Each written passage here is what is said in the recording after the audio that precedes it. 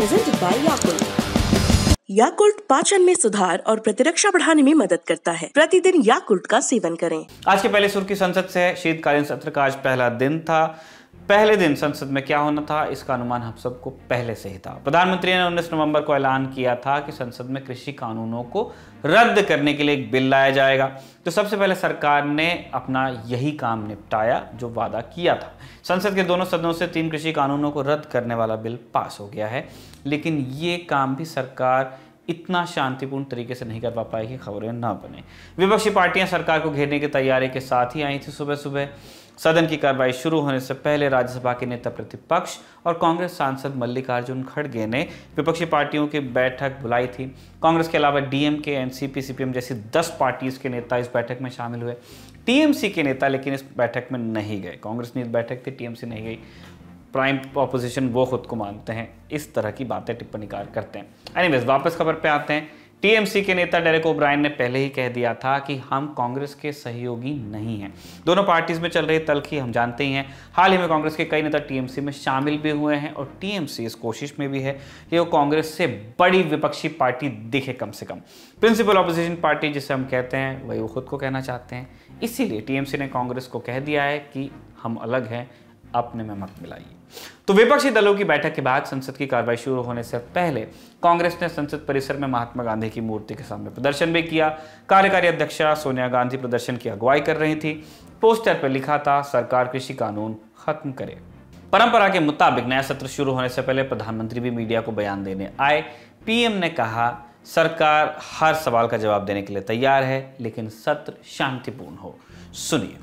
कि संसद में सवाल भी हो, संसद में शांति भी हो। हम चाहते हैं संसद में सरकार के खिलाफ, सरकार की नीतियों के खिलाफ जितनी आवाज प्रखर होनी चाहिए हो, लेकिन संसद की गरिमा, स्पीकर की गरिमा, चेयर की गरिमा, इन सब के विषय में हम वो आचरण करें जो आने वाले दिनों में देश की युवा पीढ़ी को काम आए। वैसे प्रधानमंत्री की शांति वाली अपील का असर दिखा नहीं। लोकसभा की कार्रवाई शुरू होते ही विपक्ष के सांसद वेल में आ गए, मतलब अध्यक्ष की कुर्सी के सामने। नारेबाजी चलती रही तो सदन की कार्यवाही 12 बजे तक स्थगित की गई। पहले दोबारा कार्रवाई शुरू होते ही फिर हंगामा हुआ, लेकिन सरकार ने फार्म रिपील बिल 2021 पेश कर ही दिया। बिना चर्चा के बिल पास भी हो गया। इस पर विपक्षियों ने आरोप लगाया कि सरकार बिना चर्चा कानून लाई थी और अब बिना चर्चा के ही खत्म कर दिया है उसने। अब बात करते हैं राज्यसभा की। सदन की कार्रवाई यहां शुरू होने के बाद दिवंगत कांग्रेस सांसद ऑस्कर फर्नांडिस को श्रद्धांजलि दी गई और सदन 1 घंटे के लिए स्थगित कर दिया गया।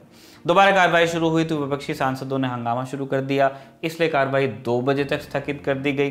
कांग्रेस बिल पर चर्चा की मांग कर रही थी। 2 बजे कृषि मंत्री बिल पेश करने के लिए खड़े हुए तो नेता प्रतिपक्ष मल्लिकार्जुन खड़गे ने कहा कि पहले हमें बोलने दिया जाए। सभापति ने उनको मौका दिया। तब खड़गे ने क्या कहा, सुनिए। सारे देश में एक माहौल बन गया इस कानून के खिलाफ और उसका रिजल्ट थोड़ा सा बाई इलेक्शन में भी उधर इधर महसूस हुआ। और प्लीज वाइंड अप। एक मिनट, 2-3 मिनट। तो उसके बाद में 5 स्टेट में चुनाव है। इसका परिणाम भी वो पहले से सोच चुके कि ये बाई इलेक्शन में ऐसा परिणाम है तो फिर 5 स्टेट में इसका परिणाम क्या होगा। तब उनको आया नहीं, आपको सर 700 लोग बॉर्डर पे मर चुके हैं। इसके बाद कृषि मंत्री ने बिल पर वोटिंग के लिए मोशन पेश किया। यहां भी बिना चर्चा के 2 मिनट में बिल ये पास हो गया और इस तरह से 17 और 20 सितंबर को लोकसभा और राज्यसभा में जो 3 कृषि कानून पास किए गए थे, अब उनको संसद ने रद्द कर दिया है।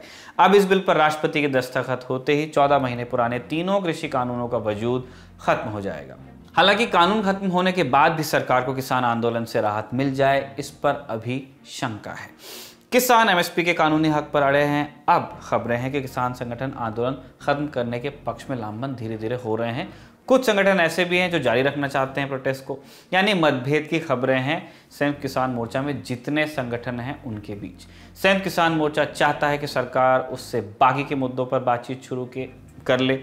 एक हफ्ते का वक्त किसानों ने सरकार को दे दिया है। 4 दिसंबर को संयुक्त किसान मोर्चा की बैठक में आगे का एक्शन प्लान तय होगा।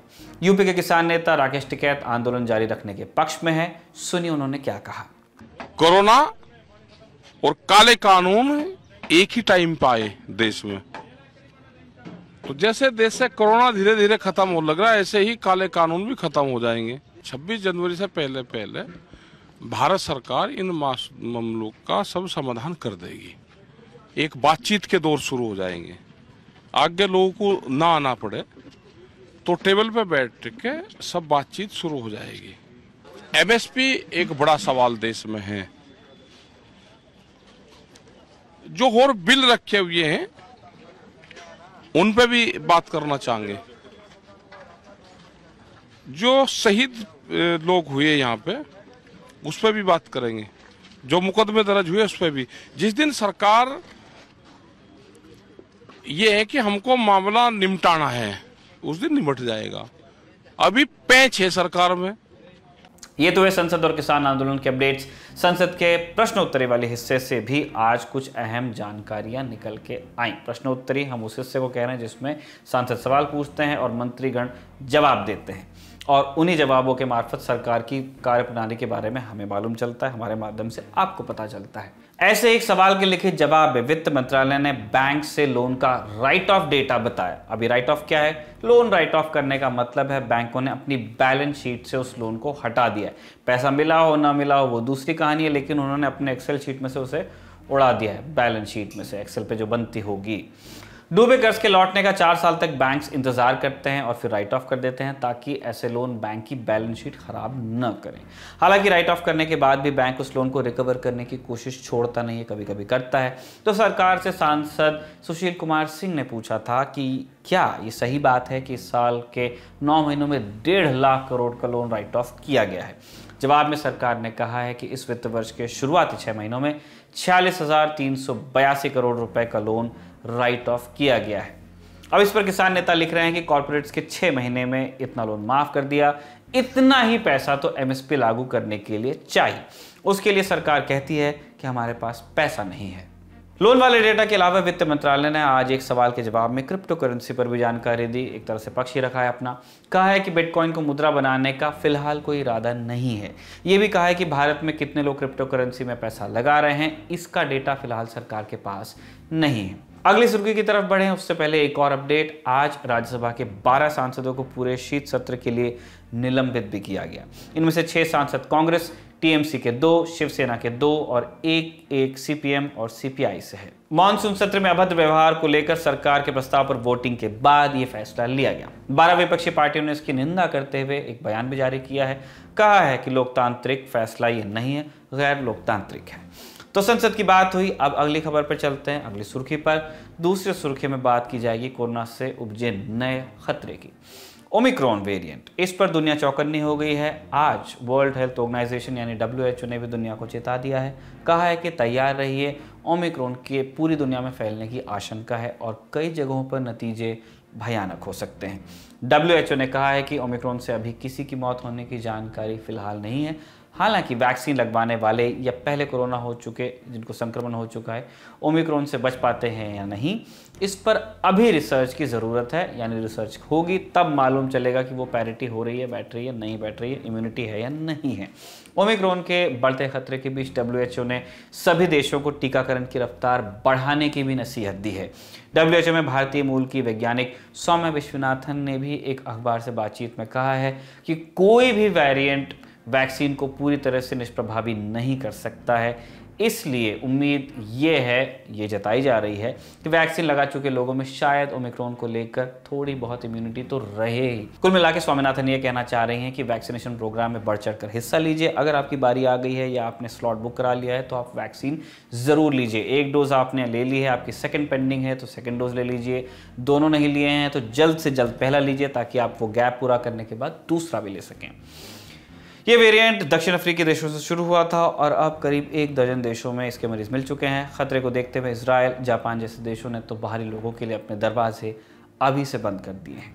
हमारे यहाँ भी खूब एहतियात बरती जा रही है। सरकार ने बाहर से आ रहे लोगों के लिए दिशा निर्देश भी जारी कर दिए हैं और जो पहले से थे उनमें बदलाव किया है।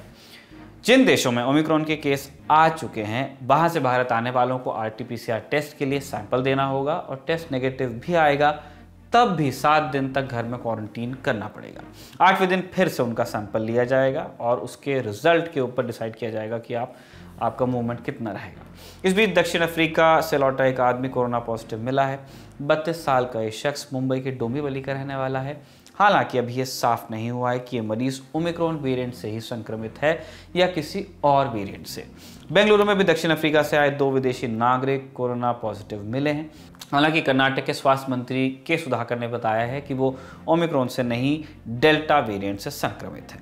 खबरें ये भी है कि 1 दिसंबर से सरकार बाहर से आने वालों के लिए नियम और सख्त कर सकती है। तीसरी सुर्खी पे चलते हैं। सुप्रीम कोर्ट से आई है। प्रदूषण को लेकर सुप्रीम कोर्ट ने फिर से नाराजगी जाहिर की है। चीफ जस्टिस NV रमन्ना ने कहा कि सबके इरादे अच्छे हैं, निर्देश भी दिए गए, लेकिन अमल ही नहीं हो रहा है। कोर्ट ने कहा है कि अगर अमल नहीं होगा तो हमें एक स्वतंत्र टास्क फोर्स बनाने का ऑर्डर देना पड़ेगा।